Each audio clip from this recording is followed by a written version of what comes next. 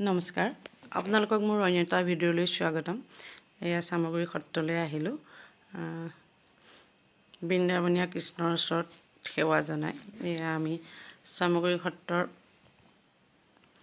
প্ৰভু হেমচন্দ্ৰ গোস্বামী দেৱৰ দ্বাৰা নিৰ্মিত হোৱা মুখাখিনি চাবলৈ আহিলোঁ।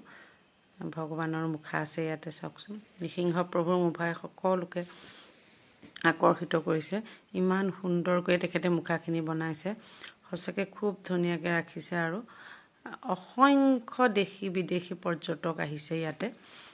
ৰাস বুলিতো গোটেই অসমৰ বিভিন্ন ঠাইৰ পৰা মানুহ আহিছে, লগতে বাহিৰৰ পৰাও বহুত মানুহ আহিছে আৰু এইখিনি দৰ্শন কৰিছে।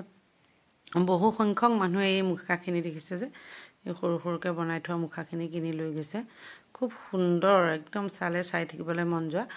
আহিবলৈ মানে কেইজনমান যে মুখা আছে একদম মানে সৰু অকণমানিকৈ বনাইছে, ইমান ধুনীয়া হৈছে, বিৰাটেই ধুনীয়া হৈছে। আৰু এইখিনি বাহিৰত উলিয়াই থৈছে এনেকৈ চাওকচোন, খুব ধুনীয়া হৈছে, খুব ধুনীয়া। এইখিনি চাওক, এইবোৰ বিকিব পৰা ইমান ধুনীয়া, সঁচাকৈ চাই থাকিবলৈ মন যোৱা লিখা হৈছে। খুব ধুনীয়া, আপোনালোকে আহক চাওক।